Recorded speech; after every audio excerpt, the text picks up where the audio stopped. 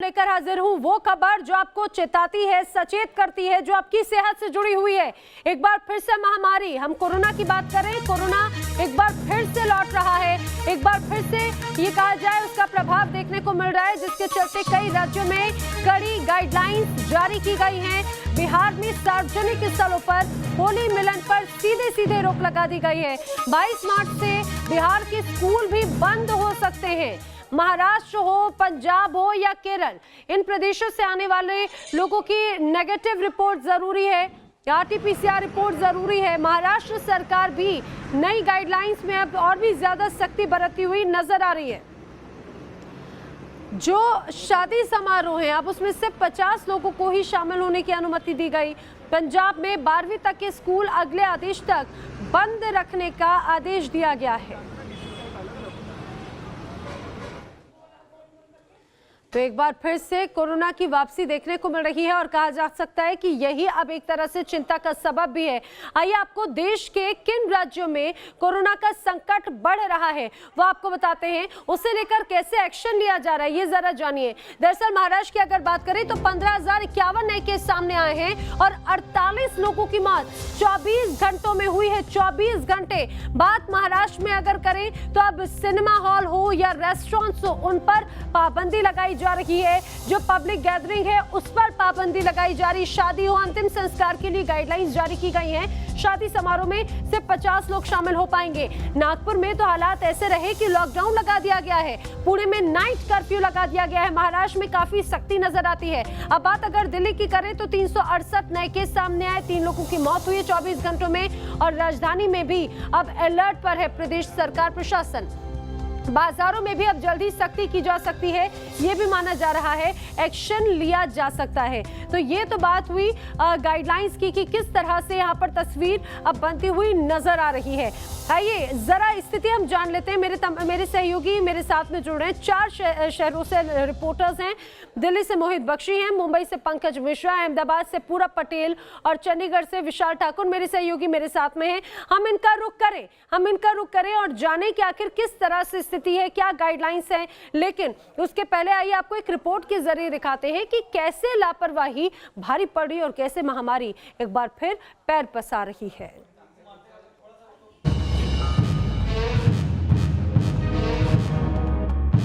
किसी की जेब में मास्क है तो कोई मास्क लगाना भूल गया। कोई कह रहा है कि कोरोना खत्म हो गया। देश में वैक्सीनेशन का काम तेज रफ्तार से जारी है। साथ ही एक बार फिर कोरोना के आंकड़े लोगों को डरा रहे हैं। लेकिन कोरोना को लेकर देश भर में लापरवाही का ग्राफ किस कदर बढ़ रहा है, उसकी एक बानगी देखिए।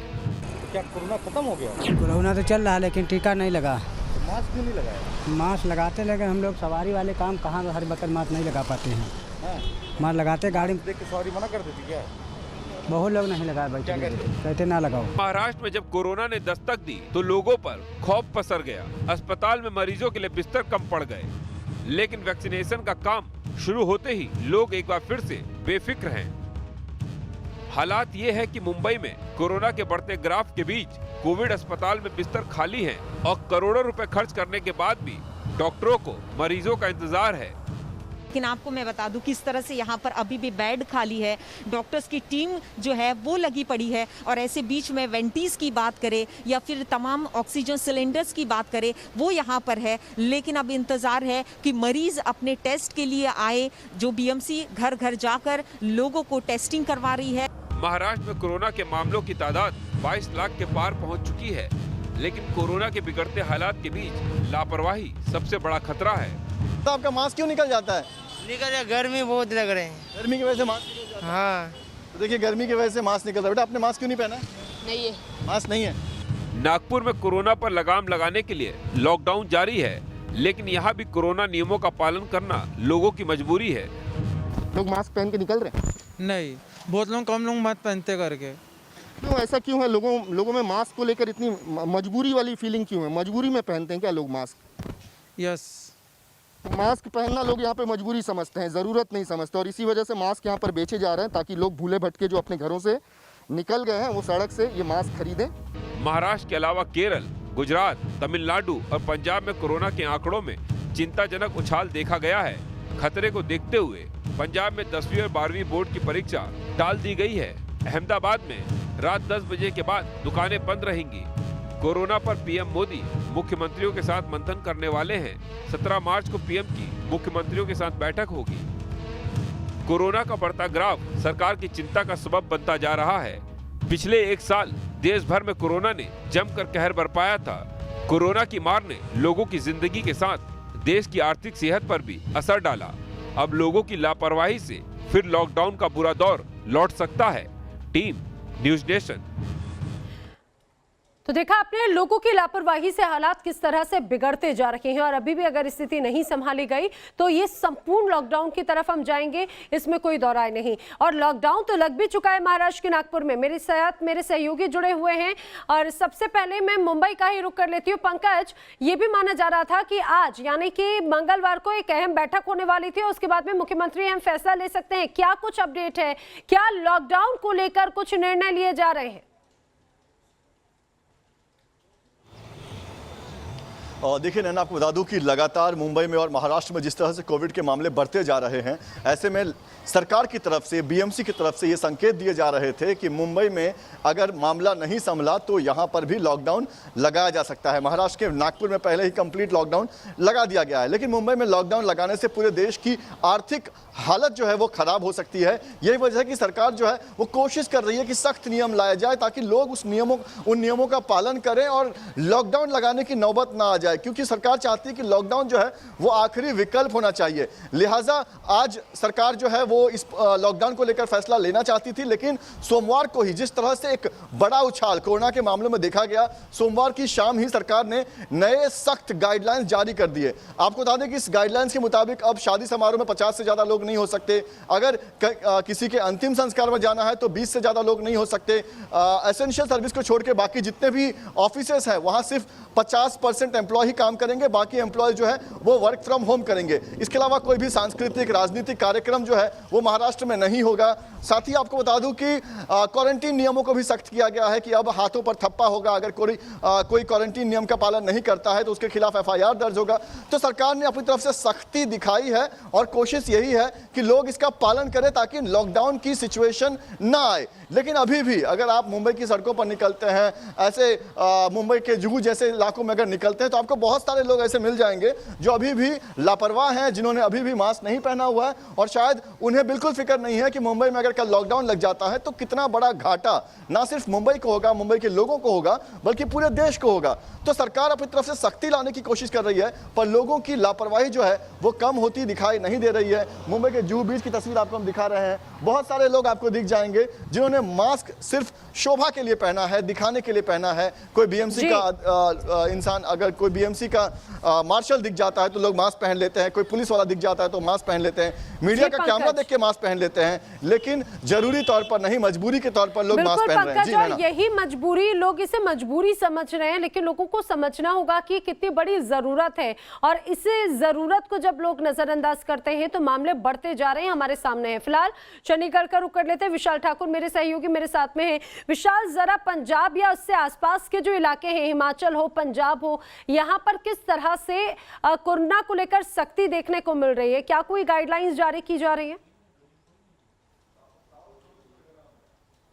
जी बिल्कुल, सबसे पहले हम पंजाब की बात कर लेते हैं और पंजाब में 9 जिलों में कर्फ्यू लगा दिया गया है, यानी रात को 11 बजे से सुबह 5 बजे तक ये कर्फ्यू रहता है। और जिस तरह से जो पंजाब के मुख्यमंत्री थे, उन्होंने जो डीसी थे उनको ये आदेश दिए थे कि अगर उनको लगता है कि उनके ज़िले में कोरोना के संक्रमित संख्या जो है बढ़ रही है तो वो लॉकडाउन लगा सकते हैं, नाइट कर्फ्यू लगा सकते हैं। तो उसी के चलते उन्होंने नाइट कर्फ्यू लगाया है। वहीं अगर हमने जो पंजाब के स्वास्थ्य मंत्री है उनसे पूछा कि जो पंजाब में है जो संक्रमित दर है वो इतनी ज़्यादा क्यों है, तो उनका साफ तौर पर कहना है कि पंजाब में सबसे ज़्यादा एनआरए रहते हैं, जो विदेशों से आते रहते हैं, तो उनकी वजह से जो है वो संक्रमित दर जो है वो काफ़ी बढ़ रही है। साथ ही उन्होंने कहा कि पंजाब से बाहर से जो लोग आ रहे हैं वो भी एक वजह है जिससे संक्रमित दर जो है वो लगातार बढ़ती जा रही है। साथ ही साथ अगर बात करें कि एहतियातन तौर पर जो है पंजाब सरकार ने कई कदम जो है उठा लिए हैं, जैसे आंगनबाड़ी केंद्रों को बंद कर दिया है, स्कूल्स को बंद कर दिया है, अब जो 10वीं और 12वीं की परीक्षा है उनको भी आगे पोस्टपोन कर दिया है। एहतियातन तौर पर सरकार कदम उठा रही है और जब हमने जो स्वास्थ्य मंत्री से उनसे एक सवाल और भी पूछा था कि उन्होंने कहा था कि जिस तरह से जो दर बढ़ रही है तो नाइट कर्फ्यू जो है वो फिलहाल लगा दिया गया है, लेकिन आने वाले दिनों में जो है पाबंदियां और जो है वो पंजाब पर लगाई जा सकती है क्योंकि दर जो है वो लगातार बढ़ रही है। वहीं अगर हम चंडीगढ़ की बात करें तो चंडीगढ़ में जो है वो कोरोना से संक्रमितों की दर जो है वो लगातार बढ़ रही है और आज शाम को रिव्यू मीटिंग होगी जिसमें देखना होगा कि नाइट कर्फ्यू क्या चंडीगढ़ में भी लगा दिया जाता है। बिल्कुल, यानी कि यहाँ पर भी नाइट कर्फ्यू लगाए जा सकते हैं। अभी रिव्यू मीटिंग के बाद में स्थिति स्पष्ट होगी, जैसा बता रहे मेरे सहयोगी विशाल ठाकुर। लेकिन अगर बात हम अहमदाबाद की करें, गुजरात की करें, तो यहाँ पर क्या स्थिति है जान लेते हैं पूरा पटेल से। जी पूरा।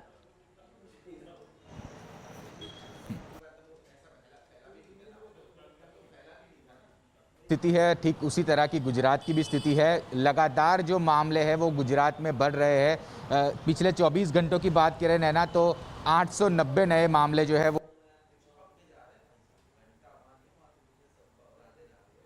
खास तौर पर जो गुजरात क्रिकेट एसोसिएशन है उन्होंने ये निर्णय लिया है कि आप जो मेरे पीछे सबसे बड़ा स्टेडियम देख रहे हैं नरेंद्र मोदी स्टेडियम, वहाँ पर जो T20 का मैच चल रहा है भारत और इंग्लैंड के बीच, तो आने वाले जो 3 मैच है वो बिना ऑडियंस से खेले जाएंगे, यानी जो दर्शक है वो अलाउ नहीं होंगे मैच में। और अहमदाबाद में भी काफ़ी मामले बढ़े हैं, उसको लेकर अहमदाबाद नगर निगम ने भी नैना एक डिसीजन लिया है कि 10 ऐसे संक्रमित इलाके हैं जहां पर 10 बजे के बाद सब कुछ बंद कर दिया जाएगा, यानी कि संपूर्ण कर्फ्यू जैसा माहौल रहेगा। हालांकि कर्फ्यू तो है ही अहमदाबाद, सूरत, वडोदरा और राजकोट में। और अब सरकार की आज जो एक कैबिनेट मीटिंग है गुजरात सरकार की, उसमें भी शायद ये फैसला हो सकता है कि कर्फ्यू को जो है वो ज़्यादा वक्त तक रखा जाए और 15 दिन की मोहलत ज़्यादा दी जाए कर्फ्यू को। यानी कि अगर कोरोना का संक्रमण और ज़्यादा फैलता है तो जाहिर है लोगों को बड़ी परेशानी का सामना करना पड़ सकता है। इसीलिए लोगों की हमारी अपील है न्यूज़ नेशन की ओर से कि कम से कम बाहर निकले और बाहर निकले तो 2 गज की दूरी और मास्क पहने। और अब तो वैक्सीन भी आ चुकी है तो वैक्सीन टीकाकरण भी करवाए, तो कहीं ना कहीं ये समझना होगा लोगों को ही क्या है। जी पूरब, लोगों को समझना होगा और लगातार न्यूज़ नेशन भी अपने दर्शकों से यही अपील भी करता रहा कि उनको समझना होगा कि वैक्सीन, ये मास्क, ये 2 गज की दूरी उनके लिए कितनी ज़रूरी है। हम मोहित का रुख करें दिल्ली का, लेकिन उसके पहले कोरोना के खतरे को देखते हुए बिहार में कैसे कड़ी पाबंदी लगाई गई है, खासतौर से पटना में, ये जान लेते हैं मेरे सहयोगी रश्मि सिन्हा की एक रिपोर्ट के जरिए। कोरोना को लेकर बिहार में अलर्ट। जी हाँ, जिस तरीके से महाराष्ट्र, केरल में मामले बढ़े हैं, कर्नाटक में मामले बढ़े हैं, उसके बाद पटना में एयरपोर्ट और रेलवे स्टेशन पर अलर्ट जारी कर दिया गया है। यानी अब जो लोग भी महाराष्ट्र से, केरल से, गुजरात से आएंगे उनको अपना RT-PCR टेस्ट का नेगेटिव रिपोर्ट यहाँ पर सबमिट करना होगा और नहीं तो फिर रैपिड एंटीजन टेस्ट किया जाएगा। अगर वो एंटीजन टेस्ट आपका पॉजिटिव आता है तो यहाँ से आपको आइसोलेशन सेंटर भेजा जाएगा। राज्य सरकार ने फैसला ले लिया है कि खास करके महाराष्ट्र, केरल और कर्नाटक से आने वाले लोगों पर अब नज़र रखी जाएगी। जो लोग ट्रेन से आएंगे, जो लोग प्लेन से आएंगे, उन सभी को अपना रिपोर्ट देना होगा। दूसरी बात, जिस तरीके की व्यवस्था एयरपोर्ट पे होगी, कल से यहाँ पर अब जांच केंद्र बना दिया जाएगा और जो लोग भी आएंगे बाहर से उनकी जांच की जाएगी। तो एक बार फिर से महामारी लौटती नजर आ रही है। मेरे साथ में तमाम सहयोगी मौजूद हैं। दिल्ली का रुख करेंगे मोहित बख्शी। मोहित, दिल्ली को लेकर क्या गाइडलाइंस हैं?